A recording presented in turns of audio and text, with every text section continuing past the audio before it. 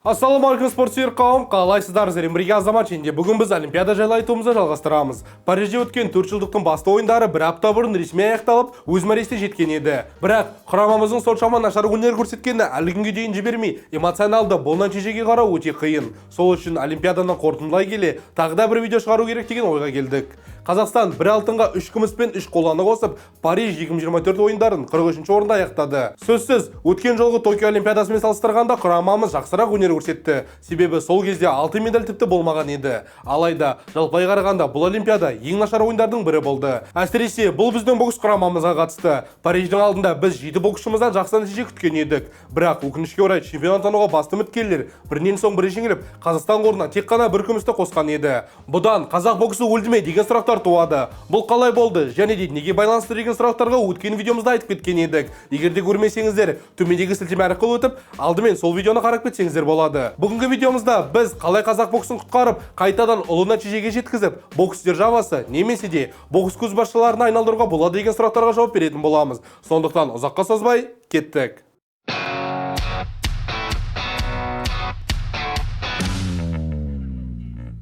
Құрметті достар, бастамас бұрын, сіздердің қолдауларыңыздың арқасында біздің арнамыз күннен күнге өсіп, өте жақсы дамып келе жатыр. Осы үшін сіздерге мыңда бір алғыс. Біздің басты мақсатымыз 10 мың тіркелуші жинау, және де бұған біз сіздердің қолдауларыңызды жете алмаймыз. Міндетті түрде лайк басып, арнаға тіркелуді ұмытпаңыздар, себебі бізді тек қана 7% ғана арнаға тіркеліп қарайды екен. Сондықтан подписация деген қызыл батырманы сұр түске бояуды ұмытпаңыздар. Сонымен қатар осы видеомен достарыңызбен бөлісіп, қазақ тіліндегі контентті бірге дамытайық. Сонымен бұл видеоны да өткендегілер секілді бірнеше блоктарға бөліп тастап, әрқайсысына жеке-жеке тоқталып, алма-кезек айтып шығамын. Сөзсіз, бүкіл әлем үшін қазақ боксы баяғыдай қорқынышты күш емес. Барлығы біздің боксшылармен кездескенде қалай қарсы тұруға болатыны жақсы түсініп алған. Ұрып аламын, немесе де төрешілер алып береді деген оймен шығып, лас болса да жеңістерге жетудің жолын тауып жүр.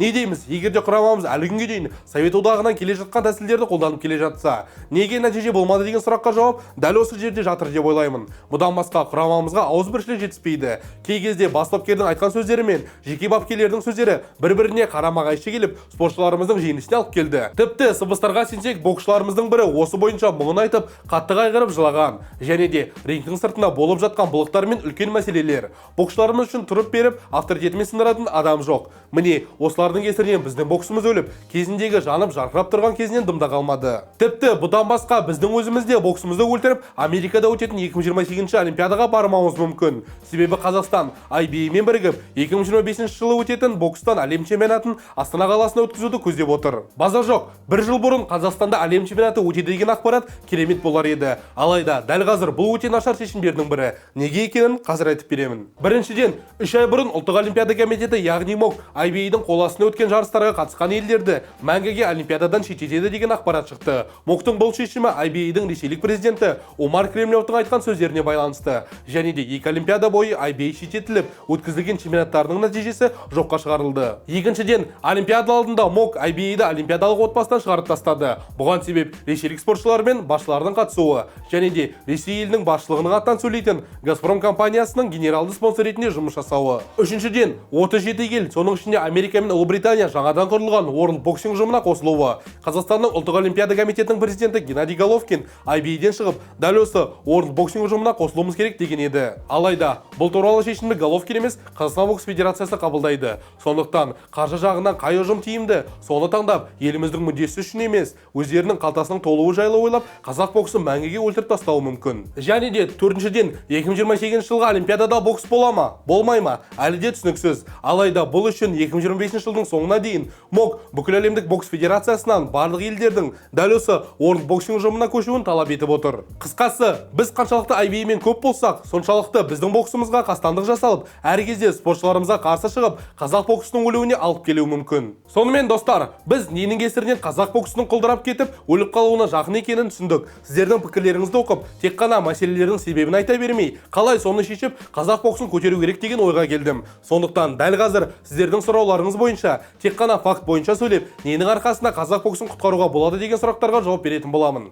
кеттік. Ең алдымен Қазақ бокс федерациясы біздің өтініштерімізді естіп, Мырзағали Құланұлы Айтжановты орнынан босатқан еді. Ал кезінде қазақ боксының ең үздік нәтижесін беріп, Сидней олимпиадасына 4 боксшымызды финалға дейін жеткізіп, 2 алтын алып келген Тұрсынғали Еділов ағайды кеңесші ретінде алған болатын. Сөзсіз, бұл шешімдер өздерін сұратып келген еді. Және де тап кеше ғана Қайрат Шатжанов жаңадан Қазақстан бокс құрамасының бас бапкері болып тағайындалды. Бұл жайлы кейінірек толықтай сөз қозғайтын боламыз. Ал әзірше қалай қазақ боксын құтқаруға болатыны жайлы әңгіме айтайық. Біріншіден, кіші балалар боксынан бастап ашық іріктеу турнирлерін өткізуіміз қажет. Өткен жылғы Азия ойындарына Елорда кап турнирінің жеңімпаздары барған еді. Бірақ бұл чемпионатқа біраз мықты боксшыларымыз қатыспай, тек қана керек кезде дұрыс жерде болып қалған боксшылар шақырту алып, Азияда да өнер көрсетті. Бірақ бұл Азия біріншілігі біз үшін өте нашар болғасын, арнайы іріктеу үшін Спартакиада өткен еді. Алайда бұл жарысқа да бірнеше облыстар қатыспай, тек қана бапкерлердің шәкірттері орын алып кетті. Ақыр соңында Италияда өткен олимпиадаға іріктеуде лицензия жеңіп алғанымен Парижде өте нашар өнер көрсетті. Ал арнайы өткен іріктеулерде жеңіске жеткен боксшылар олимпиаданы сәтті өткізіп шыққан еді.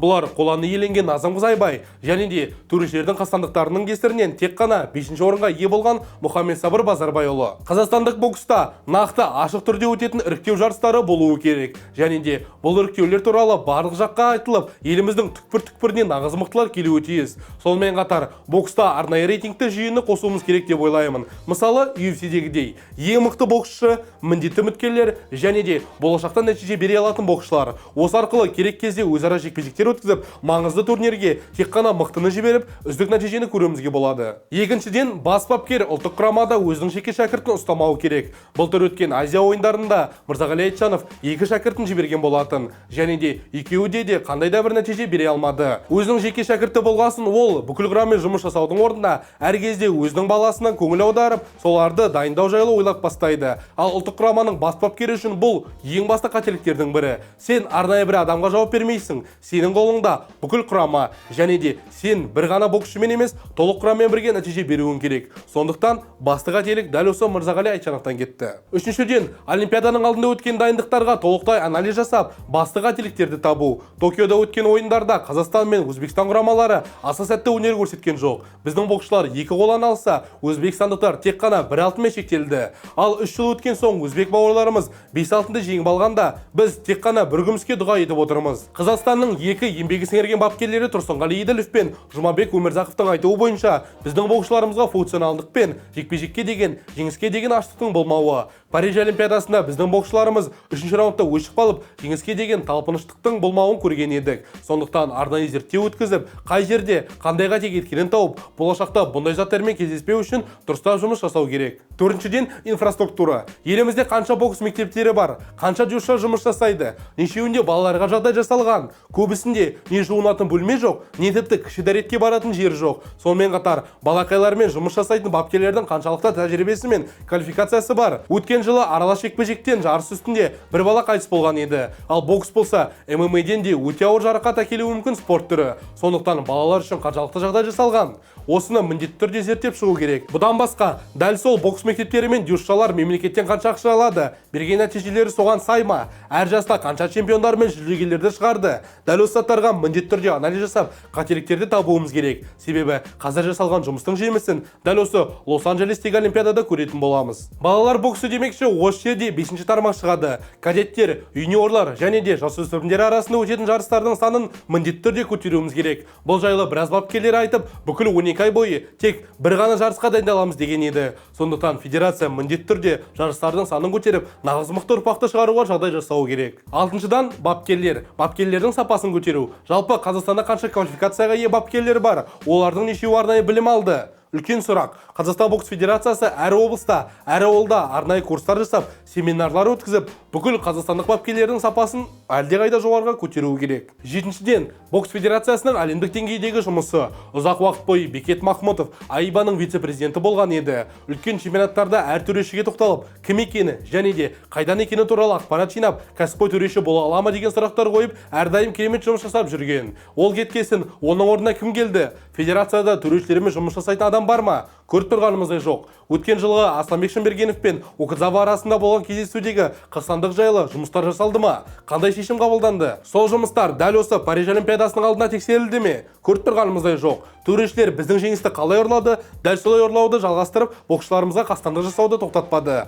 Осы жерде сұрақ: не бүдіріп жүрсіңдер, барлықтарың айтыңдар. Ана жерде бір емес 300 адам жүрсіңдер. Не ана төрешіге барып айтпайсыңдар? Ана төрешінің қайдан екенін білмейсіңдер. Біреу моңғол, біреу вообще кешіріңдер. Пойми анау, не ана Гондурас па, Мавритания ма, какой-то бір түсініспейтін жерден. Сондықтан не бітіріп жүрсіңдер, не істеп жүрсіңдер, не пайдаларың жоқ. Жалпы сендерге айтудың кемі жоқ сияқты ғой, дұрыс па, жігіттер? Қойсаңдаршы. 8-ші төрешілердің ашық жұмысы. Біз міне бір апта бұрын өткен Париждегі төрешілердің далбандық шешімдерін көрдік. Алайда дәл осы шешімдер біздің Қазақстанда да болып жатыр. Сондықтан қандай да бір шешімнен кейін төрешілер қалай және де неге жеңісті бергені туралы ашық айтуы тиіс. Солай біз төрешілерден жасалатын қастандық пен әділ емес шешімдердің азаюына себепкер бола аламыз. Және де соңғысы федерацияның жұмысы ашық түрде өтуі. Қазіргі сәтте Қазақстан бокс федерациясының қалай және де қандай жұмыс жасап жатқаны түсініксіз. Сонымен қатар облыстардағы филиалдарды кімдер басқарып жүр? Олардың жұмыстарының жемісі бар ма? Түсініксіз. Әр облыста кем дегенде өзінің сайты және де толықтай актуалды ақпараттарға ие Instagram парақшалары болуы керек. Сол жерде облыста бар барлық бокс мектептері мен солардың бапкерлері жайлы ақпараттар міндетті түрде болуы тиіс. Міне, мен қазақ боксын қалай ауыр халден шығарып, дамытуға болады деген сұрақтарға жауап беріп, өзімнің тарапымнан 9 шешімді айтқан болатынмын. Бұл жерде айтып кету керек. Бұл тек қана менің ойым емес, бұл бүкіл қазақ боксының жанкүйерлерінің жан айқайы. Түсініп тұрғаныңыздай, бұлардың қатарына мен де кіремін. Және де осы материалды арнайы Бейфкос телеграм арнасынан алған болатынмын. Сондықтан толығырақ танысқыларыңыз келсе, төмендегі сілтеме арқылы өтіп қарап кетсеңіздер болады. Ал енді Қазақстан бокс құрамасының жаңа бас бапкері Қайрат Сатжанов жайлы сөз қозғайық. Қайрат ағай ең үздік бапкерлердің бірі.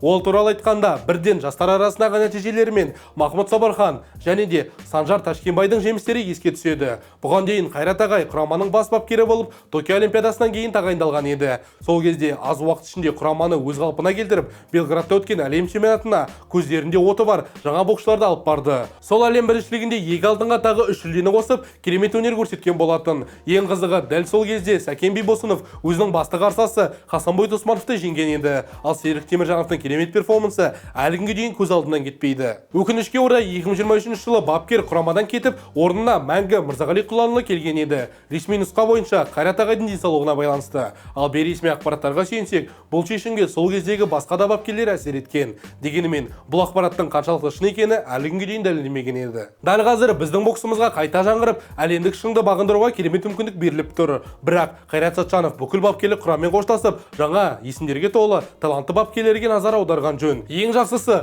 сырттан келген біздің былыққа толы жүйемен таныс емес мамандарды алып келу керек. Ал бастысы, жүйені жаңадан құрып, бүкіл елдің түкпір-түкпірінен ең мықтыларды жинап, жаңа Қазақстан боксын құрастыру керек деп ойлаймын. Сөзсіз, тек қана бір бапкерді ауыстырып, бүкіл Қазақстан боксындағы мәселелерді шешуге болмайды. Сондықтан глобалды реформа қажет. Жаңа басында айтып кеткенімдей, балалар боксынан бастап, арнайы іріктеу жарыстарына дейін. Тек сол кезде ғана біз қазақ боксының жаңа демеуін көріп, жемісіне таңғалатын боламыз. Ал осымен біздің видео соңына дейін жетті. Қалай ойлайсыздар, қазақ боксын құтқару үшін тағы не істеуіміз керек? Пікір жазыңыздар. Міндетті түрде лайк басып, арнаға тіркелуді ұмытпаңыздар. Сонымен қатар осы видеомен достарыңызбен бөлісіп, қазақ тіліндегі контентті бірге дамытайық. Және де біздің Telegram мен Instagram парақшаларымызға тіркелсеңіздер болады. Сонымен қатар біздің sporteline.kz сайтымызға кіруге де ұмытпаңыздар. Сіздермен бірге болған Азамат, сау саламатта көріскенше, сау болыңыздар.